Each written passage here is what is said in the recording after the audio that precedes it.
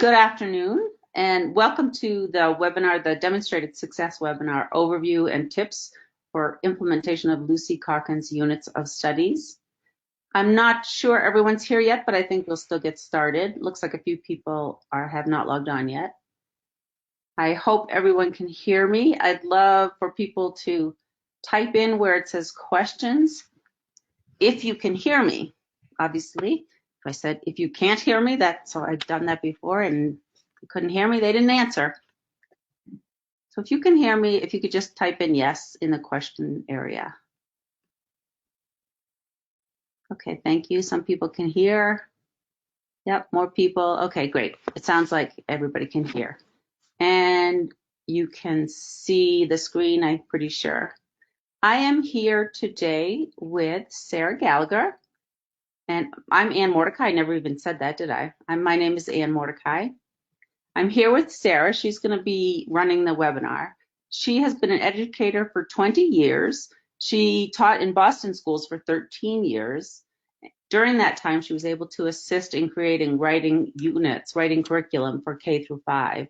She's also won several awards and has been a demonstrated success for about 2 years now. Can you see Sarah there? Hi, Sarah. I can see you. Hi, everyone. Hi. If you have been to one of our webinars before or any webinars, there's a place where you can enter questions. Both Sarah and I will be monitoring the questions. There's also a place for handouts, and 5 handouts have been attached. One of those is the certificate for the program. So if you open up the handout section, you'll see different handouts, and Sarah will talk about them when the time comes up.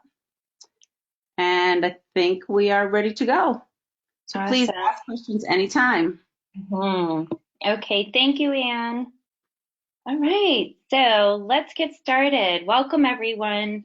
I realize that you're just getting back into the swing of things after the break, and you've probably worked a nice long day. And so I really just first want to thank you for being here after school with me. So again, I'm Sarah Gallagher, and all righty. Overview and tips for implementation of Lucy Calkins units of study. Let's get going.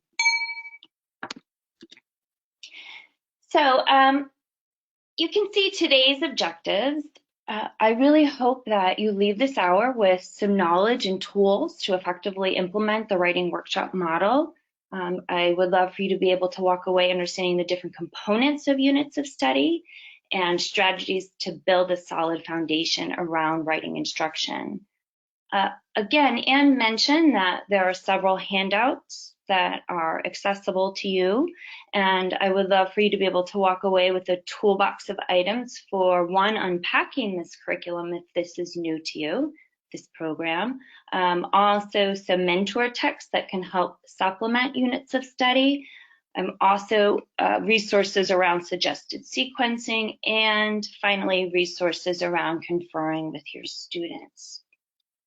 So I started teaching in 2000 and definitely immediately gravitated towards math and reading, really anything but writing. And as an elementary school teacher, I wasn't really sure how to translate my own writing skills to my students. There really were not much in terms of resources for me at that time teaching for Boston Public School.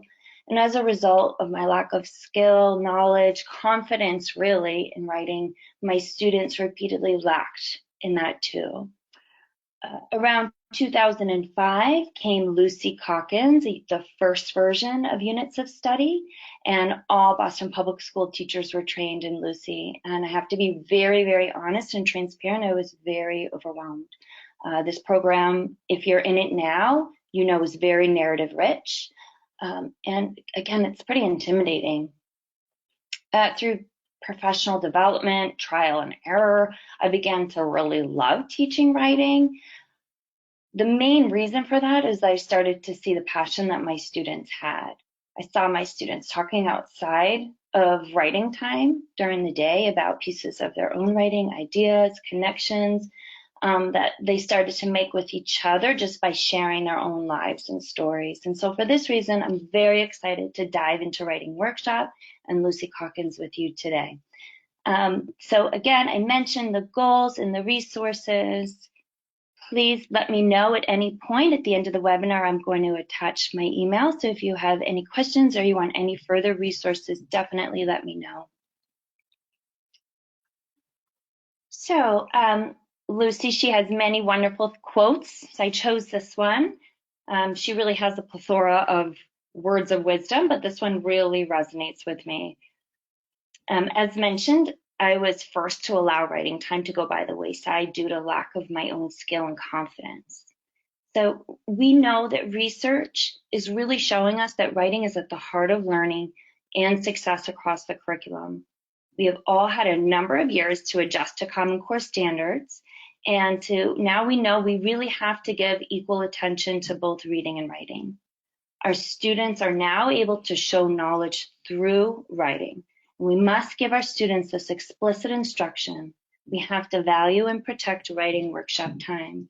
And so my main message here is to try not to let it go by the wayside when your schedule is tight. I realize as a teacher, time is always lacking.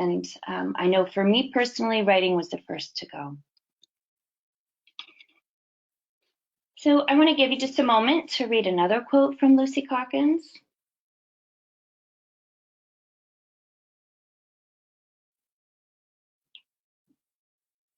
We know that writing is critical to success across the curriculum, but what do we do with that information? How best do we instruct children in writing? Lucy Calkins, based on her research of over 30 years as the founding director of Columbia's Teachers College, feels that above all else, children do best when they can write with choice and write about what is meaningful to them. This is imperative. I remember starting out teaching my third graders with very generic writing prompts, and in return received very generic responses. Of course I did. How can a child learn and develop voice when writing about something that has very little meaning or connection to them? It is with this necessary understanding that we enter into our conversation today.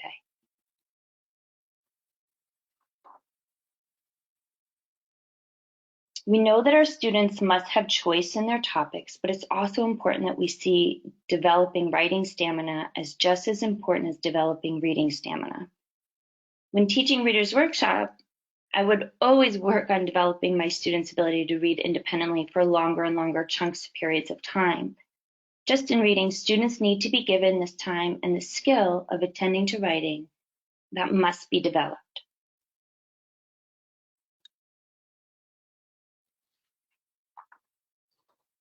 We know that our students need to be writing for extended periods of time and on topics of their choice, but how do we do this? The workshop model is essential in facilitating what the research is telling us. Within the workshop model, our students develop skills and habits of the mind to foster their growth as writers. Writing workshop creates a culture of writers. It helps to develop writing stamina as well as learning about different genres of writing.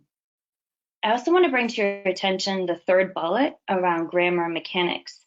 As I've been able to go throughout the state and work with a lot of teachers enrolling and launching units of study, this has really been a big talking point around where's the grammar, where are the mechanics. So I want to point this out to you that it definitely is a much bigger conversation, but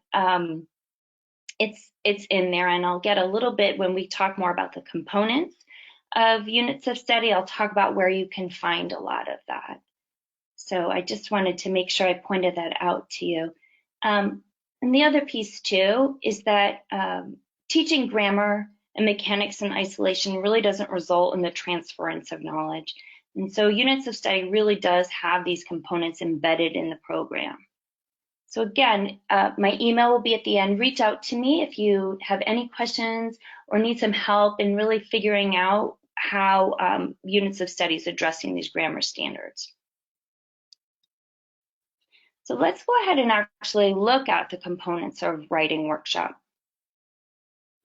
If you're already familiar with the components of workshop model, then bear with me. However, a refresher is always helpful.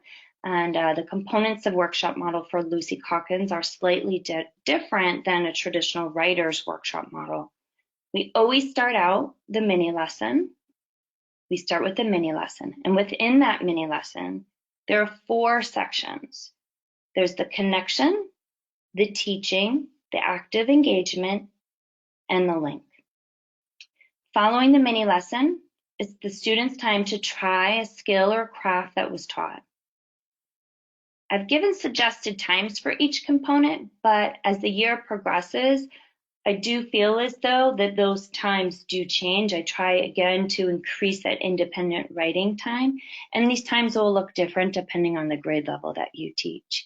And to be completely honest, when I do go and model mini lessons, my mini lessons probably at a minimum are 10 minutes, but I'm also a talker, so that could be the issue. Yeah, I have a question from someone. Yeah. Does Lucy Calkins in the program, does it recommend times? So I think she means times for these sections. Yeah, she does. And there's quite a bit of there's lots of articles that she's put out through the Readers and Writers Project through Columbia. And so these times really are directly from the actual program and from those articles.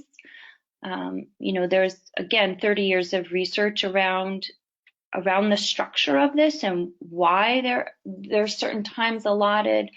The ideal time for writing really is around 60 minutes. I do realize from district to district it looks different. I've been in many different districts and some people have 30 minutes for writing. So in actuality, it's just really important that you have an explicit mini lesson and that you're giving your students time to actually go and write and to build on that stamina. Thank you. Thank you, Ian. Yeah. So we were just talking about independent writing, and during independent writing, that's your opportunity to do some conferring. Conferring looks different depending on student needs. There are some days that I'll take small groups. There are some days I'm doing individual conferring. And we're going to get a little bit more into conferring during this webinar, and I'll give you some tools. Also, during that independent writing time is the mid-workshop teaching point, and that really is just 2 minutes. Quite often, it's just a little bit of a reminder of what the actual mini lesson was about, the teaching point. A lot of times I will showcase a student that is trying a new strategy, but all of those are suggestions within your program. And then finally is the sharing. I have to say that when I first started, the sharing, I always clip that off because, oh my goodness, let's go. We have to get our hats and gloves on, recess time, and that would be the first to go as well. But as time went on, as I got a little bit more comfortable with this, I realized that the sharing really was at the heart of writing workshop. So what is a mini lesson? Let's look at the first component. A mini lesson is really just that. It's a short period of time.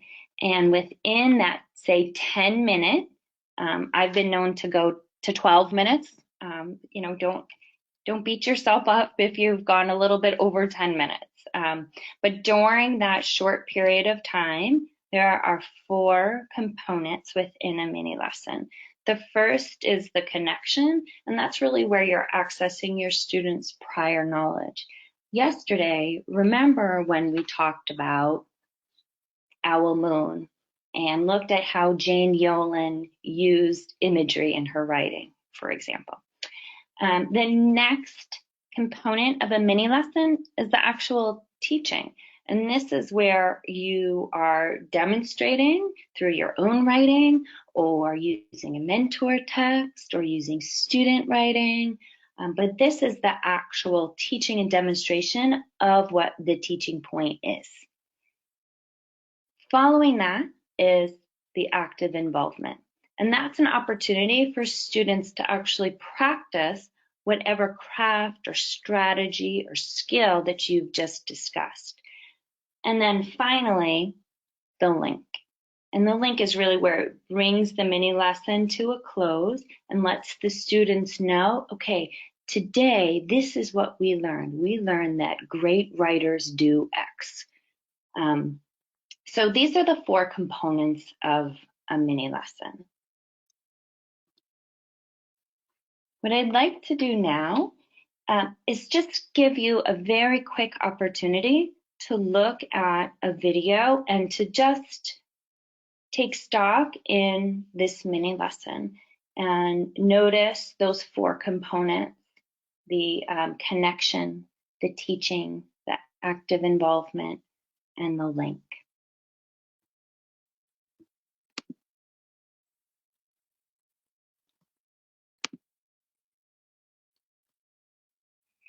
Sarah's pushing the boundaries of information writing by teaching her middle students to angle information to support a particular claim. She's helping her students consider how to organize their writing, including text features, with more deliberation and purpose, work that her data suggests her students need. You can see from the suggestions students give for how to organize the class text and how to use text features to support this claim that they're starting to grasp the work. Sarah's also scaffolding students to make connections from science to writing, an example of higher levels of Webb's depths of knowledge. After she watched the video, Sarah thought that perhaps she might have tackled this work through inquiry.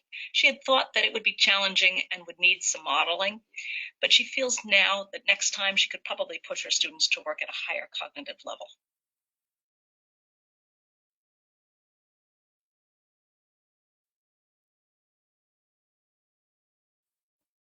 So I'm really excited that we're going to be working on our information books because we have done so much drafting and so much writing, and we're just about to get ready to really turn these into some beautiful pieces of work. And I was thinking about all of this work that we did and when we were doing our information writing in science, and we made this chart about all of the different text features that we can use as we're writing an information book. And I was thinking about this last night as I was working on my own page. And one of the things I was thinking about was that we have so many super cool choices of text features that we can use now in our writing, and that's so fun. And if we think about all the ology books that we looked at, all of the interactives we can make, and a big part of me wants to fill this page up with envelopes and foldables and flippables and spinny things and all sorts of awesome cool stuff because it's so fun and exciting to have pages full of stuff. So today I want to teach you that one way we can improve our nonfiction writing is by knowing that our nonfiction writing can also make a claim. And one way that writers make their claims more explicit is by using text features to not only highlight their information writing, but the argument writing that we also use in our books. So what we're going to work on today is figuring out how these text features can really help us by connecting and integrating everything on the page that we have in our information book back to our claim, the idea we want our reader to leave our text with. So this page that I would love to cover with lots and lots and lots of interactive fun. What I really probably need to do, and I'm going to show you some of this thinking, and then you're going to try this on your page right here, and then we're going to go off and we're going to spend the rest of this class revising our work. And think about what text features are going to be most purposeful to help me integrate my central idea of my book into this page. So if I look at this, let me show you a little bit about what I'm thinking here.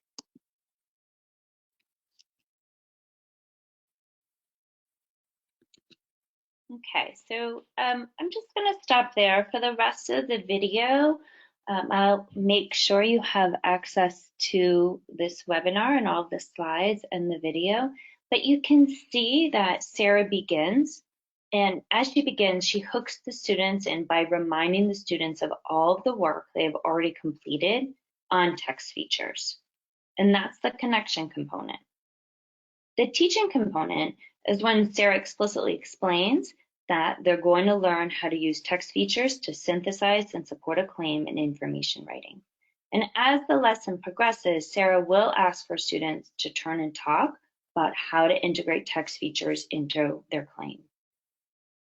And that's the active involvement piece. Finally, Sarah will explain that the students will think about all that they've learned about nonfiction writing to help them with trying the new skill of using text features to support a claim.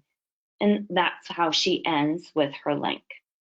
So now that we've delved into the components of a mini lesson, let's move on to the independent writing and conferring piece. So what are the students doing during this independent writing time?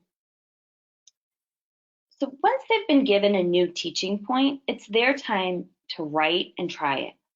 In the workshop model, the writing belongs to the students. They own how their own topics and how they're going to be trying out skills, crafts, strategies that they've learned in the mini lesson. And as mentioned before, it's really vital to allow this time to be protected and to encourage and build on their writing stamina. In order to have writing really come alive and to improve, students need time to have their pencil to the paper.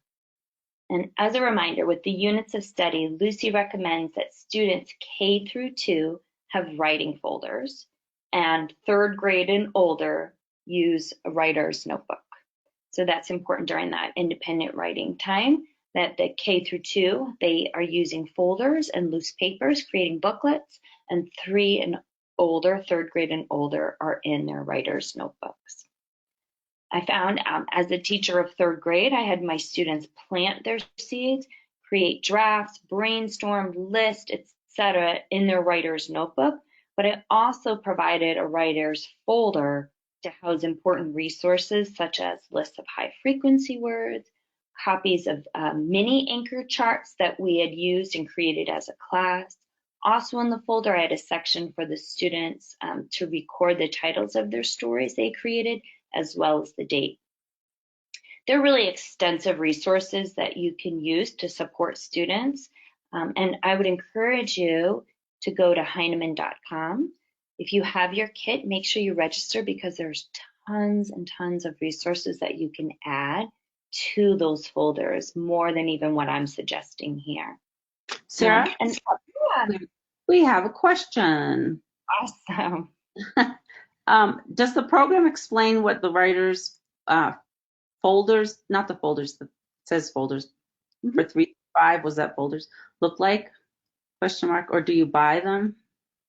Yeah, so no, they don't. And that's really, that's such a good question, because that's really like the impetus of why I wanted to create this webinar, because sometimes, as you guys know, as teachers, as educators, you're given a kit and away you go. And so when I received this, I didn't really receive a lot of instruction. I definitely received some professional development about the actual program, but not really the nuts and bolts. So no, there's nothing in there that says this is exactly what you need to buy. I found that having the 3-prong folders helped me. That way in the middle, I could do a 3-hole punch and put all the kids' resources in the folder for them, 3 through 5, and those were 3rd graders. They really still need, my 3rd graders in Boston needed high frequency words. And obviously you can differentiate depending on what your students need. Okay, thank you. Sure. So yes, again, during this independent writing time, as you're conferring, sometimes your students are going to be conferring with each other, the conferring with peers. And as you know, students quite often, especially in the older grades, they tend to learn a lot more from one another than sometimes from us. And the saying that Lucy Calkins really has coined, when you're done, you've just begun, I think that that's really important. I know that when I first started teaching units of study, my students, it was always about the end game. I'm done, I finished, I did what you asked. And so really encouraging them to understand that this is a process that a writer is never done. There's always more to do. There's always more to create. So as your students are working, what are you doing? What is the teacher doing? So I do find that a balance is really important. And it depends on every year you have a different group in front of you. But I find that individual conferring, that is going to move your students the fastest. If you do have the opportunity, I usually can confer with between 3 and 5 students a day. They're quick conferences. And we'll go over the structure of a conference in a little bit. But I do find that individual conferring it has the highest leverage for growth for your students. However, there are many times when I will take a small group. If I'm finding that there are several students that have a similar need, then that's when you take your small group. I've seen a lot of teachers, just like we do guided reading groups, I've seen a lot of teachers use that time to do guided writing groups as well. But this really is a time where you're supporting your students' growth, making sure that you're documenting all of this as well. So that brings us to the mid-workshop teaching point. And there are really many reasons to have a mid-workshop teaching point and to interrupt your students, but really one of my favorite reasons is just to celebrate the use of a craft or a skill. Once you're in units of study, you'll see a lot of what we're asking our students to do. It feels huge, feels lofty. And so when we see that our students are transferring the mini lesson to their writing, it's time to celebrate. And so I like to use the mid-workshop teaching point to celebrate. As you know, in the program, the mid-workshop teaching point is something sometimes completely different than the actual mini lesson teaching point, and that can be a little confusing for students. I do find that if the mid-workshop teaching point is one that's really strong and it goes along with the teaching point in the mini lesson, then I go for it. But if it feels completely disjointed and it's something completely different and it's going to take my students off track and confuse them, then I save that for another day. And so finally, the last component is sharing. And this part of the workshop is really, really vital. It really gets at the heart of why. This is why we choose units of study. It celebrates the writer in all of us and shines the light on ownership. It's really easy, as I mentioned before, to cut this part out at the end of writing time.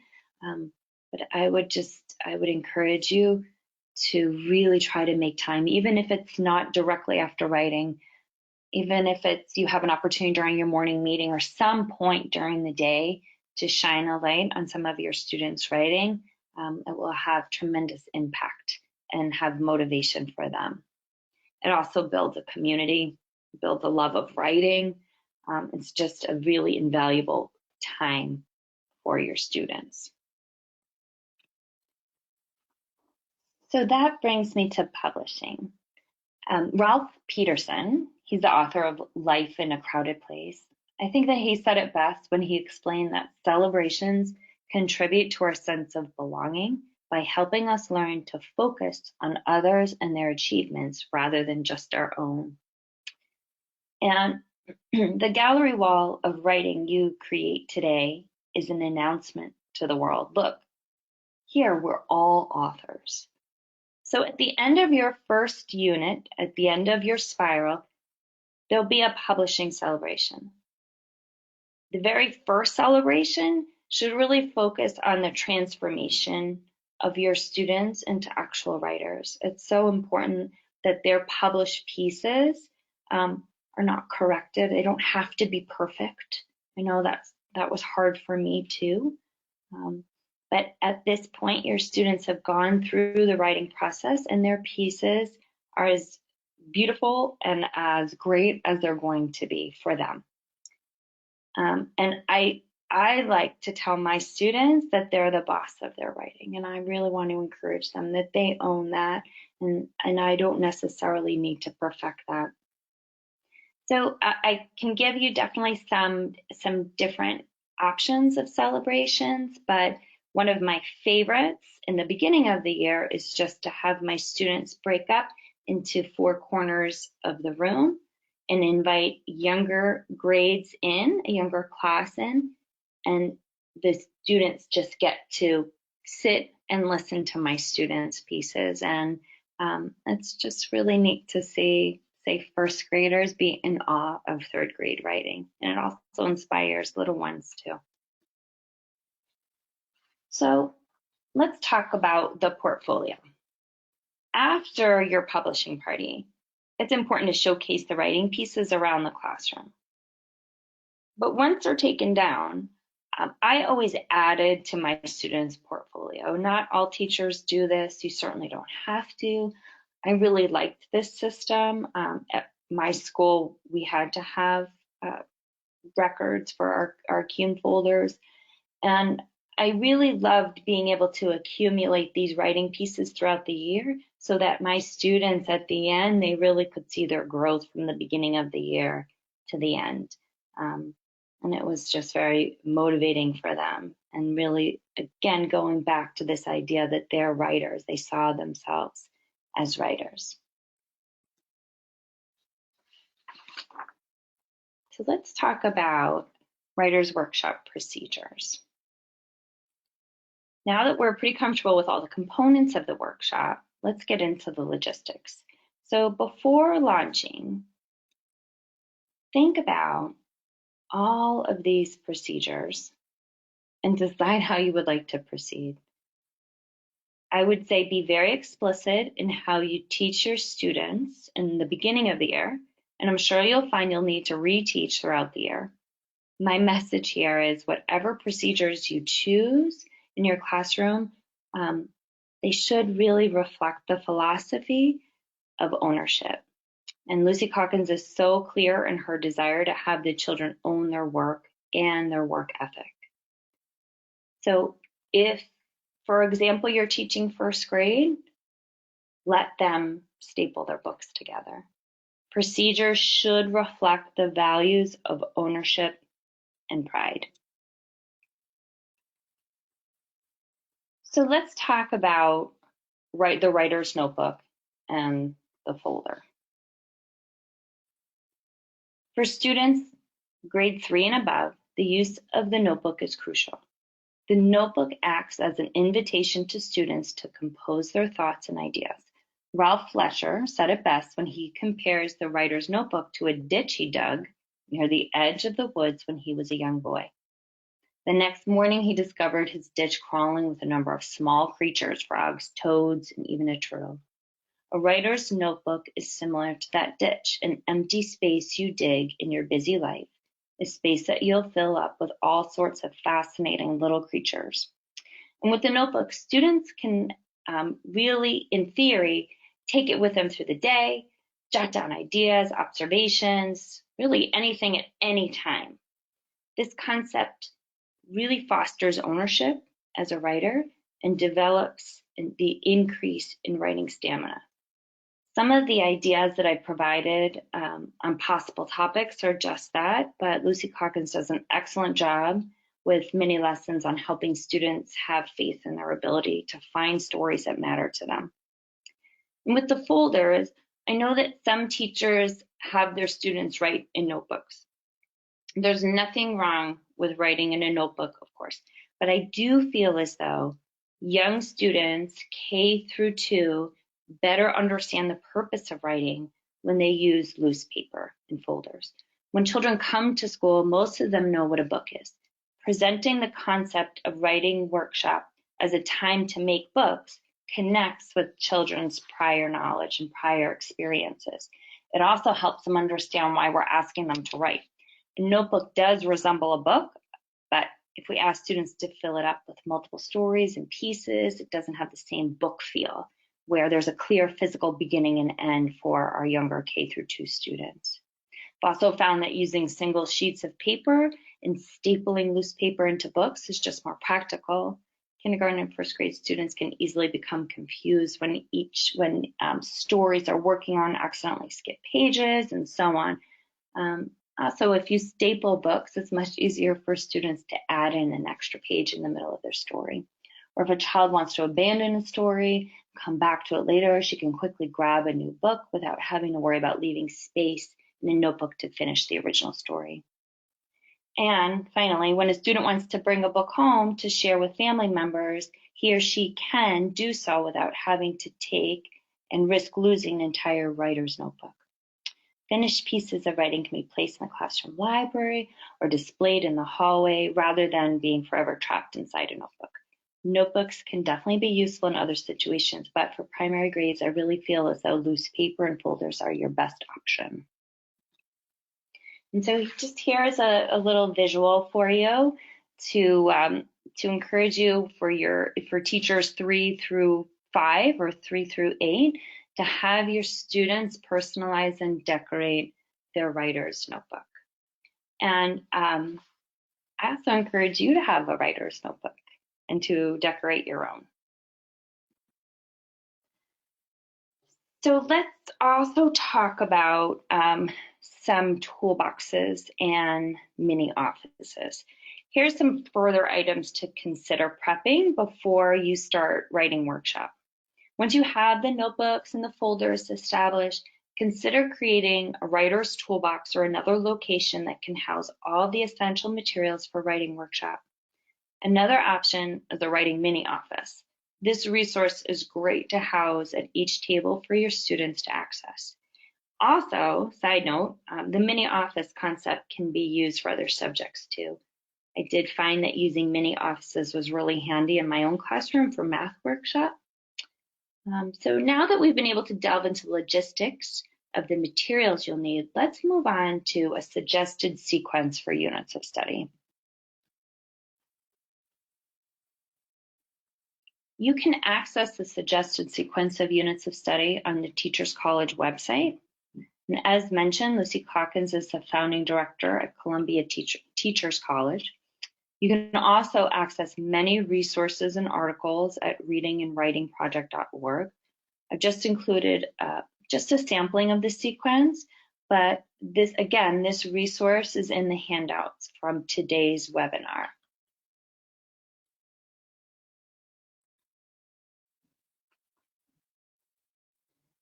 So for the next portion of today's webinar, I want to present some tips of implementation that I wish I had when I was starting out with units of study. And tip 1 is to root yourself in the why. You need to have buy-in before you can take this on. As mentioned, this is a very narrative-rich program. It can be intimidating, and you really need to have some buy-in and feel as though you know exactly why you're delving into this.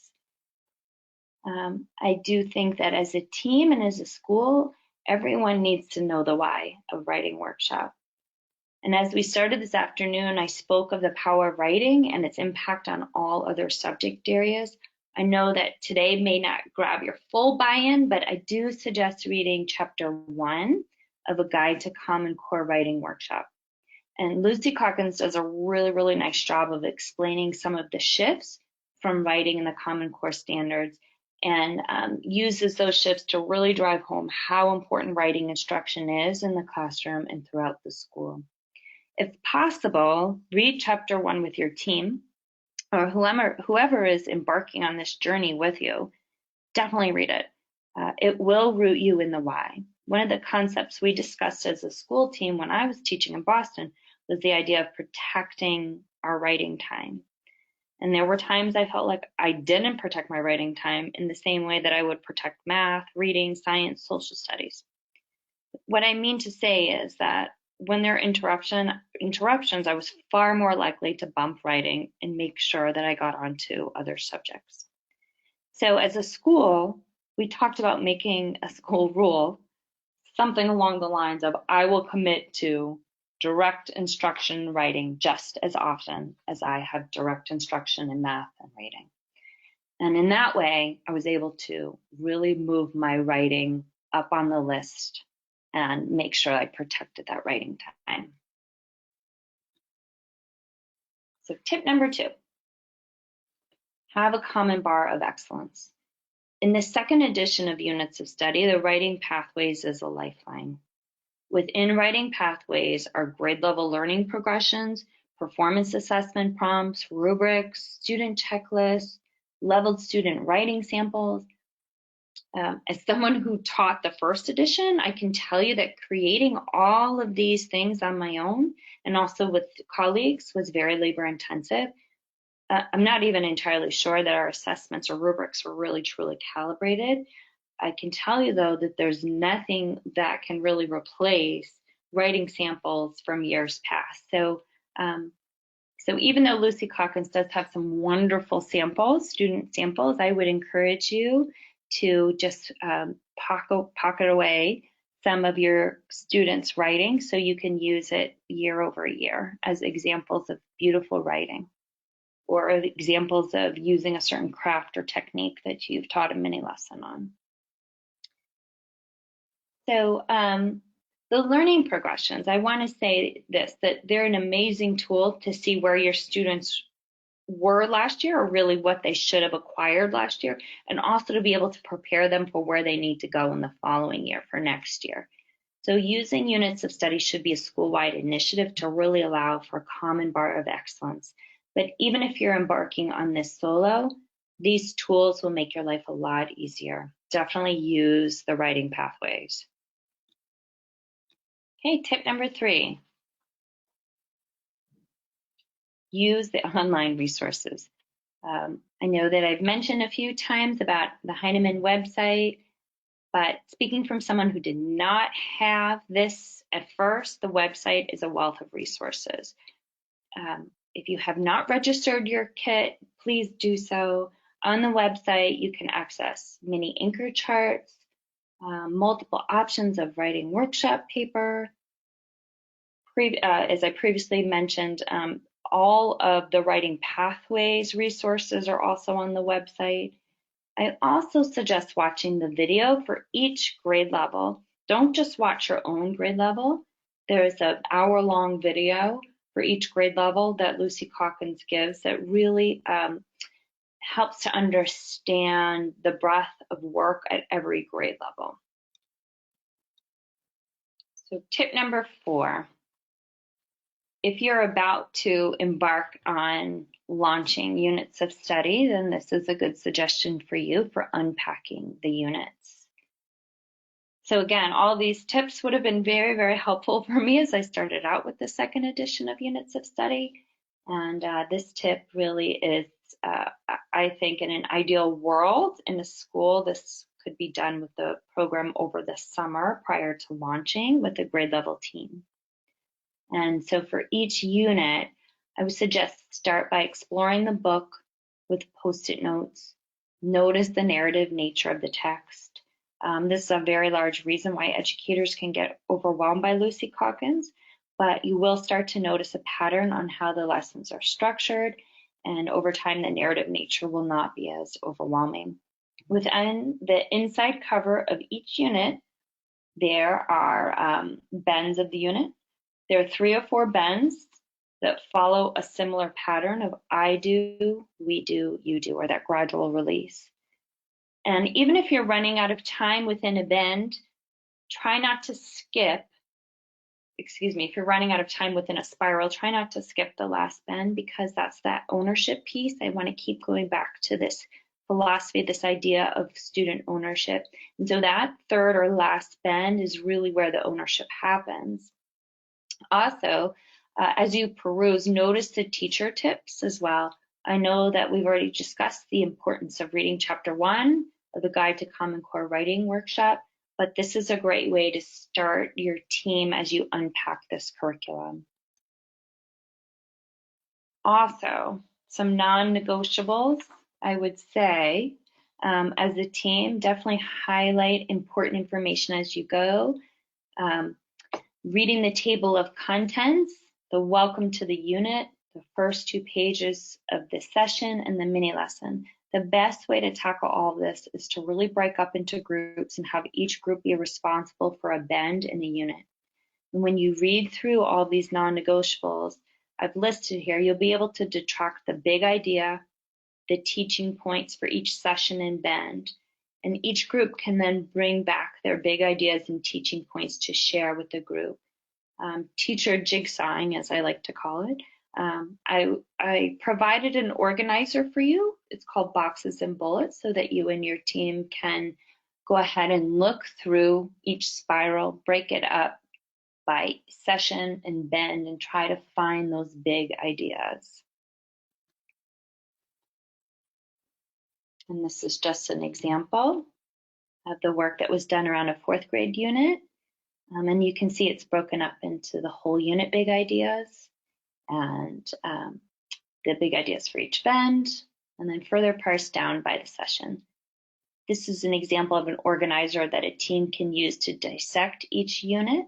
It's completely possible to do this work on your own, but again, I highly recommend working with colleagues to dissect the program to find the big ideas, teaching points of each session. And this again is in your handouts. It will also be on demonstratedsuccess.com's resource page. Tip number 5, practice, practice, practice.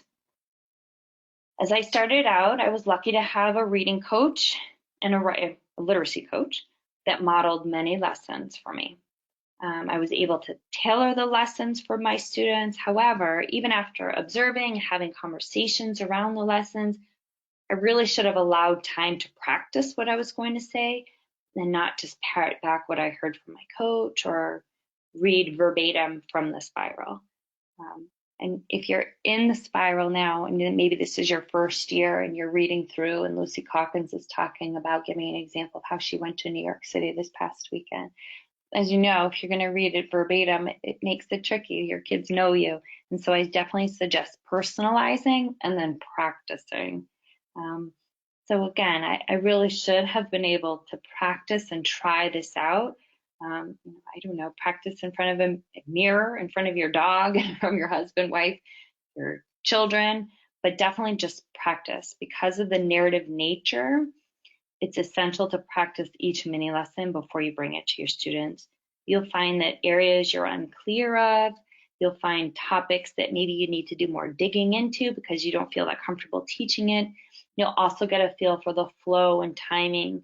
Again, going back to what I said, I've been doing this for a number of years and it's still hard for me to stay to that 10-minute. So practicing is really helpful with pacing as well. All right, so tip number 6, use the Ifthen curriculum. So the first half of the Ifthen curriculum is actually many lessons, but the second half has conferring scenarios. And also on Heinemann.com, there's the conferring scenario chart. And I found that I just copied this section and I would carry it with me on a clipboard. It was really helpful because there are a lot of times that students are in pitfalls in their writing and you're really not entirely sure what direction to lead them.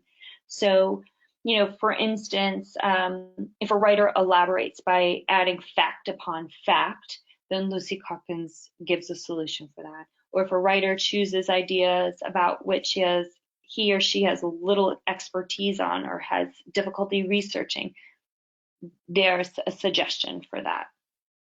I do think that this resource is invaluable, and the conference is one of the most essential aspects of the workshop model. The conferring scenarios can be found online. You can print them out or you can copy them straight from the book, but I would definitely bring them with you as you're going around the room conferring. I also wanted to provide for you some different options. I know just talking to teachers around the state that everyone really has their own system of conferring. I wanted to at least provide some options for you. You can see on this page, this is more of what we were talking about before, a strategy group, so a small group. And so this would be a nice way to house your notes around that work. This I provided for you as well is a way that you can house the individual conferring notes. I'll tell you that what I found the best, probably the best system for me is to have a binder of all of my students. They each have their own section. I have this particular template where I have individual students on it.